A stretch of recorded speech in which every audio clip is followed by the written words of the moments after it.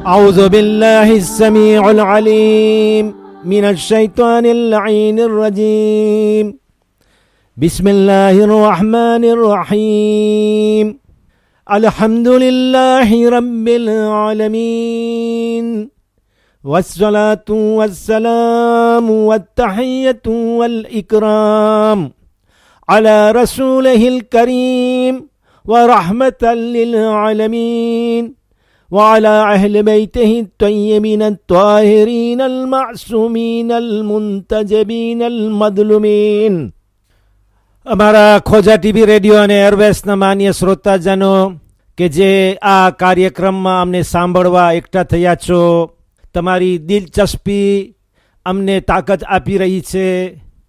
આ કાર્યક્રમ તમને હિન્દીમાં સાગરમાં આવેલા ટાપુ રેવિન્યોનના પાટનગર સેન્ડોનીથી સંભળાઈ રહ્યો છે. અને આજના પ્રશ્નોત્તરમાં આવીએ એ પહેલાં તમને કહીએ છીએ ભલે પધાર્યા. અસ્સલામુ અલૈકુમ વરહમતુલ્લાહી વબરકાતુહ. તમારી સામે આજનો સવાલ વાંચું છું. મજલિસમાં હદથી વધારે અવાજ સાંભળીને અમારા કાન ટેવાઈ ગયા છે. બૂમ અને ચીસ નથી કહેતો, કદાચ તમને બુરું લાગશે, પણ નમાઝમાં જ્યારે સાદ બહુ જ ધીમો રહે તો છેલ્લી સફમાં અમને અવાજ મુશ્કેલથી આવતો હોય, અથવા આંતરે કૂપે કહેતા સંભળાય ન સંભળાય તેવો હોય. ખાસ કરીને પડદા પાછળ આપણી મા બહેનો નમાઝ આપણી સાથે પડી રહી હોય તેમની કેવી હાલત થતી હશે. તો આવી સ્થિતિમાં અમને કેમ કરવાનું? અમને સૂરાઓ પડવા જોઈએ, અથવા જેટલું સંભળાય એટલું સંભળાય, બાકી રામ રામ. મગરીબ ઈશાની નમાઝોમાં અથવા જુમ્માની નમાઝમાં મિક્રો હોય તો વાંધો ન આવે, પણ જ્યારે મિક્રો પોતાનો અવાજ બંધ કરી નાખે ત્યારે અમારા કાનના પડદા પણ સાંભળવાનું છોડી આપે છે. ઘણી વખત એવું બને છે કે અમે એ નમાઝ જમાતની અંદરમાં ફુરાદાની નિયત કરી અને પછી અમે એકલા જ પડી રહ્યા હોય એવી રીતે સૂરાઓ પડીને નમાઝને ખત્મ કરીએ છીએ. કેમ કરવું, આનો ઈલાજ તમે અમને બતાવશો. જવાબમાં તમને કહેવાનું કે જ્યારે હું બાળક હતો, મને યાદ છે કે મોટા મોટા ઇમામવાળાની અંદર મજલિસો પડાતી, બધા ધ્યાનથી સાંભળતા અને બધું સંભળાતું હતું. તે જમાનામાં વીજળી બત્તી પણ ન હતી. પેટ્રોમાક્સ કહેવાતા એ નામના દીવા પોંપ મારી મારીને રોશની આપતા. કોઈ ઊંઘતું નહીં, કોઈ કંટાળતું નહીં, મજલિસ લાંબી હોય તોય કોઈ ફરિયાદ કરતું નહીં. જબાન એવી હતી કે જાણે મિક્રોમાંથી અવાજ આવી રહ્યો છે, અને કાન એવા હતા કે સોઈ પડે તો અવાજ આવે. આજે જમાનો બદલી ગયો. મિક્રોના અવાજથી કાન એવા થઈ ગયા છે કે બૂમ પાડીને મજલિસ પડવામાં આવે તો પણ ઇન્સાન ઊંઘી જાય છે. નીંદ અને ઊંઘ ભાગતી નથી. તમે જે સવાલ કરી રહ્યા છો તે તેના સ્થાન ઉપર વ્યાજબીસર છે. શરીયતે ઇસ્લામ કયામત સુધી બાકી રહેવાવાળી છે. તેના મસાઇલ હર જમાનામાં કામ લાગે છે. તમે ઈલાજ માંગી રહ્યા છો તો આવો, તમને તવઝીઉલ મસાઇલથી તેનો ઈલાજ બતાવું છું. હરેક બીમારીને હું હંમેશા કહું છું કે દવા હોય છે. દવા આપણને માલુમ ન હોય, ખબર ન હોય તો કદી એમ ન કહેવું કે દવા નથી. દવા જરૂર છે, પણ કદાચ આપણને તેની માલુમાત નથી.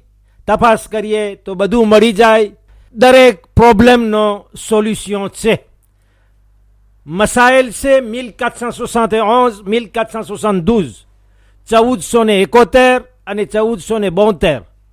પાર્શ છે 379, 369, 379 નંબરનું પાનું છે. પણ એ બે મસાઇલ ઉપર આવું એ પહેલાં તમે જે અવાજના બારામાં વાત કરી એના વિશે પણ એક મસાઇલ છે.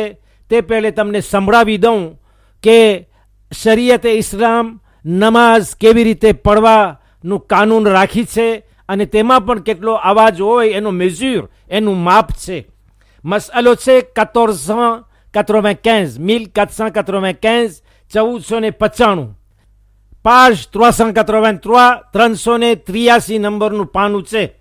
આયતુલ્લાહ હિલ ઓઝમા અલ સૈયદ અલી અલ હુસૈની અલ સિસ્તાની સાહેબ, કે અલ્લાહ તેમને હંમેશા પોતાની હિફાજત રક્ષણમાં રાખે, એમના ઇલ્મ અને ઉમ્રમાં વધારો કરે, એનો સાયો આપણા ઉપર બાકી રાખે, સલામત રાખે, અને હરેક મુસ્તહેદ આલિમે દીન શિયાને અહેલે બેત જ્યાં જીવી રહ્યો હોય, કામ કરી રહ્યો હોય, રોજગાર જિંદગી મેળવી રહ્યો હોય, અલ્લાહ હંમેશા તેને બરકત આપે, સલામત રાખે, એમની ઇજ્જત, તેમની ઔલાદ, તેમની જાન અને તેમના માલને પોતાના રક્ષણમાં રાખે. આગા ફરમાવી રહ્યા છે કે ઇમામ માટે એટલે પેશ નમાઝ માટે મુસ્તહબ છે, સુન્નત છે, સવાબ છે, સારું છે કે જે કિરાત અને zikr અવાજથી પડાય છે, એટલે સૂરાઓ અને રૂકુ સુજૂદ અને કુનૂત વગેરે બીજા દુઆઓ અથવા zikr પડાઈ રહ્યા છે, ઇમામ માટે મુસ્તહબ છે કે જે કિરાત અને zikr અવાજથી પડાય છે તેને એવા સાદે પડે, એવા અવાજથી એવા સાદે પડે કે બીજા સાંભળી શકે, પણ હદ ઉપરાંત અવાજ ઊંચો ન હોવો જોઈએ, હદ ઉપરાંત અવાજ ઊંચો ન હોવો જોઈએ. એટલે તમે જુઓ છો કે નમાઝની અંદર અવાજ સાધારણ નોર્મલ હોય છે. જેમ મજલિસમાં અવાજ ઊંચો થાય છે એમ તેમાં ઊંચો રહેતો નથી, કારણ કે મુસ્તહબ છે કે સાદ નોર્મલ હોય, બૂમ કે ચીસ પાડવાની કાંઈ જરૂર નથી. મસાઇલ 1471 1471ની અંદરમાં આયતુલ્લાહ અસિસ્તાની સાહેબ ફરમાવે છે કે ઇમામની નમાઝે સુબહ, મગરીબ અને ઈશામાં, એટલે આ ત્રણ નમાઝો જેમાં અવાજ ઊંચો રહે, અવાજથી પડાય છે, ઇમામની નમાઝે સુબહ, મગરીબ અને ઈશામાં અગર મામૂમ એટલે જે લોકો પાછળ હોય, ઇમામની સાથે નમાઝ પડી રહ્યા હોય, અગર મામૂમ કિરાત સાંભળી શકતો હોય, એટલે સૂરાઓની તિલાવત સાંભળી શકતો હોય, અગરચે એ બહુ સ્પષ્ટપણે ન હોય, ભલે પછી એ અવાજ સ્પષ્ટ ચોખ્ખો ન હોય અને સંભળાય ન સંભળાય એવો હોય, જેવી રીતે તમે શબ્દો વાપર્યા છો, તો આગા કહે છે કે અગર મામૂમ કિરાત સાંભળી શકતો હોય, અગરચે બહુ સ્પષ્ટપણે ન હોય, વાલે લાગતું હોય, તો પણ શાંતિથી સાંભળવું જોઈએ, કાલ્મમાં ત્રાંકિલમાં એ અવાજને સાંભળવું જોઈએ અને કિરાત ન પડવી જોઈએ. આગા કહે છે કે સૂરાઓ પડવાની કોઈ જરૂર નથી, એ કિરાત કરવાની જરૂર નથી, ધ્યાનથી સાંભળો, ભલે ઓછો આસ્તે ધીમો અવાજ તમારા કાનના પડદા ઉપર અથડાશે. પછી આગળ વધુમાં કહે છે કે અને જો ઇમામની કિરાત ન સંભળાતી હોય, ઇમામ જે સૂરાઓ પડી રહ્યા છે, પેશ નમાઝ જે કાંઈ પડે છે, આપણે એટલા દૂર છીએ, પાછળ સેંકડો માણસો નમાઝની અંદરમાં છે, જગ્યા સાંકળ છે, આપણે બહુ જ પાછળ છીએ, તો ઇમામની કિરાત સંભળાતી નથી, તો મુસ્તહબ છે, સુન્નત છે, એટલે એમાં સવાબ છે કે પોતે કિરાત પડે. આગા કહેતા નથી કે વાજિબ છે પડો અને એને મૂકો નહીં કિરાતને, તમે પણ પડતા રહો ન સંભળાતું હોય, પણ એ કહે છે કે ન સંભળાય તો મુસ્તહબ છે, એમાં સવાબ છે કે તમે કિરાત પડો, એટલે ન પડો તો કાંઈ વાંધો નથી, પણ તદ્દન ધીમે અવાજે પડે. આગા કહે છે કે તમને પડવું હોય, અગર સૂરાઓ ન સંભળાય ત્યારે, તો તદ્દન ધીમે અવાજે પડે, એટલે અવાજ ઊંચો ન જવો જોઈએ, એમ નહીં કે બાજુવાળા પણ બધા સાંભળતા હોય. અલબત્તા નિયમ હોય સેપોંદા. આગા કહે છે કે જો ભૂલથી અવાજ ઊંચો થઈ જાય, તમારી મરજી ન હતી, ઇનટેન્શનલેમાં ઇન્વોલન્ટરીમાં અવાજ ઊંચો થઈ ગયો, તો તેમાં કોઈ વાંધો નથી, પણ આસ્તેથી પડવું, અગર પડવું હોય તો એ મુસ્તહબ છે, અને ત્યારે કે જ્યારે અવાજ બિલકુલ કાનમાં આવતો ન હોય. હવે બીજો મસાઇલ તમારી સામે વાંચું છું, 1472 1472, જે બે જ લાઈન છે પણ એમાં બધો ખુલાસો તમને મળી જશે. આગળ ફરમાવે છે કે અગર મામૂમ એટલે જે પેશ નમાઝની પાછળ પેશ નમાઝની સાથે નમાઝ પડી રહ્યો હોય, ગમે તે હોય મામૂમ, અગર મામૂમ ઇમામની કિરાઅતમાં ફક્ત અમુક ભાગ સાંભળી શકતો હોય, એટલે ઇમામ જે સૂરાઓ પડી રહ્યા છે, અલહમ્દનો સૂરો અને બીજો જે સૂરો હોય, તો અગર એ બરાબર સંભળાતું ન હોય, થોડું સંભળાનું, બિસ્મિલ્લાહિર રહમાનિર રહીમ, અલ્હમ્દુલિલ્લાહી રબ્બિલ આલમીન, અર રહમાનિર રહીમ, અને એ પછી કાંઈ સંભળાનું નહીં અને વલદ્વાલિનમાં આપણે પહોંચી ગયા, તો વચલો ભાગ જે સાંભળવામાં નથી આવ્યો એના માટે આગળ ફરમાવે છે કે અગર મામૂમ ઇમામની કિરાઆતમાં ફક્ત અમુક ભાગ સાંભળી શકતો હોય તો જેટલો ભાગ સંભળાતો ન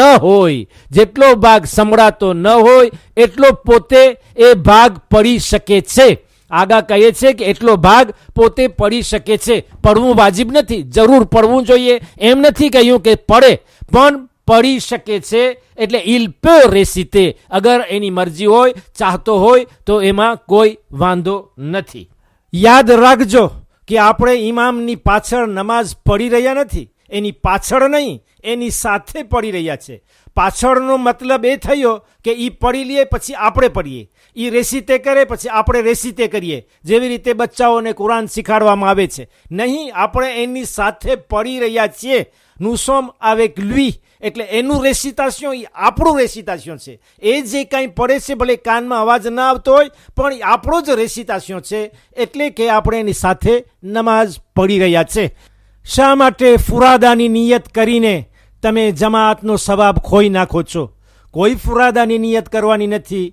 જમાતથી અલગ થઈને કાંઈ એકલા નમાઝ પઢવાની જરૂર નથી. તમે જમાતની સાથે છો, જમાતની સાથે રહો, જમાતની સાથે નમાઝ ખત્મ કરો. જેવી રીતે તમને મેં ઇલાજ બતાવ્યો, આગાની કિતાબ તવઝીઉલ મસાઇલમાંથી લઈને એ જ પ્રમાણે વર્તવાનું છે. આગાએ તેનો રસ્તો બતાડ્યો છે, એને જ રજા આપી છે, એ જ પ્રમાણે આપણે વર્તવાનું, જેવી રીતે વર્તવાનું તેને ફરમાવ્યું છે. બસ હું સમજું છું કે મેં તમને પૂરો ખુલાસો આપ્યો, તમને સંતોષ જરૂર મળ્યો હશે, અને જે લોકો મને સાંભળી રહ્યા છે એ લોકો પણ સંતોષ પામ્યા હશે. બસ તમારી ઉમેદ અને દુઆ લઈને હું તમારાથી જુદો થાઉં છું. અલ્લાહુમ્મા સલ્લી અલા મુહમ્મદિન વ આલી મુહમ્મદ વ અજ્જલ ફરજહુમ. વ અલૈકુમ સલામ વ રહમતુલ્લાહિ વ બરકાતુહુ, અને અલ્લાહ હાફિઝ.